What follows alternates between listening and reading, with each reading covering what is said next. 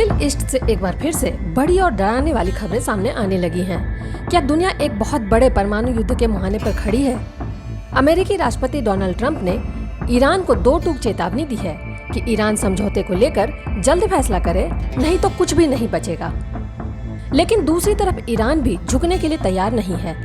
Iran ने America को खुली चेतावनी देते हुए कहा है कि अगर ओमान सागर और ईरानी बंदरगाहों की नाकेबंदी नहीं हटाई गई तो ओमान सागर अमेरिकी सेना की कब्रगाह बन जाएगा। आइए आपको बताते हैं कि आखिर ट्रंप ने ईरान के सामने ऐसी कौन सी 5 शर्तें रखी हैं जिससे तेहरान में हड़कंप मच गया है। ईरान की फार्स न्यूज एजेंसी के मुताबिक अमेरिका ने शांति प्रक्रिया के लिए 5 बड़ी शर्तें रखी हैं। पहली शर्त, अमेरिकी बमबारी से हुए नुकसान का ईरान को कोई मुआवजा नहीं मिलेगा। दूसरी शर्त, ईरान अपना 400 किलोग्राम संवर्धित यूरेनियम अमेरिका को सौंप देगा। तीसरी शर्त, ईरान के भीतर सिर्फ एक ही परमाणु सेंटर चालू रहना चाहिए, बाकी सब बंद होने चाहिए। चौथी शर्त, ईरान की फ्रीज हुई विदेशी संपत्तियों में से अमेरिका केवल 25% रकम ही जारी करेगा। और पांचवी शर्त, लेबनान समेत सभी मोर्चे पर युद्ध खत्म करने का मुद्दा सिर्फ बातचीत से हल हो।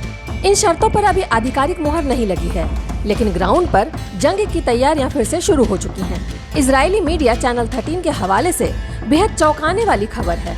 पिछले 24 घंटों में जर्मनी के अमेरिकी सैन्य ठिकानों से हथियार और गोला बारूद लेकर दर्जनों अमेरिकी कार्गो विमान तेल अवीव पहुंच चुके हैं। दावा किया जा रहा है कि यह खेप ईरान के खिलाफ दोबारा युद्ध शुरू करने की तैयारी है। इतना ही नहीं, रविवार को इजराइल के प्रधानमंत्री बेंजामिन नेतन्याहू और डोनाल्ड ट्रंप के बीच फोन पर लंबी बातचीत हुई, जिसके तुरंत बाद नेतन्याहू ने अपने शीर्ष मंत्रियों के साथ हाई लेवल सुरक्षा बैठक बुलाई। और खबर यह भी है कि मंगलवार को ट्रंप अपने राष्ट्रीय सुरक्षा सलाहकारों के साथ सिचुएशन रूम में बैठक करके ईरान के खिलाफ सैन्य विकल्पों पर अंतिम चर्चा करने वाले हैं। अमेरिकी सीनेटर लिंडसे ग्राहम ने तो यहाँ तक कह दिया है कि ईरान के ऊर्जा ठिकानों को तबाह कर दो ताकि वो घुटनों पर आ जाए। अब आप सोच रहे होंगे कि क्या ईरान इस दबाव से डर गया है?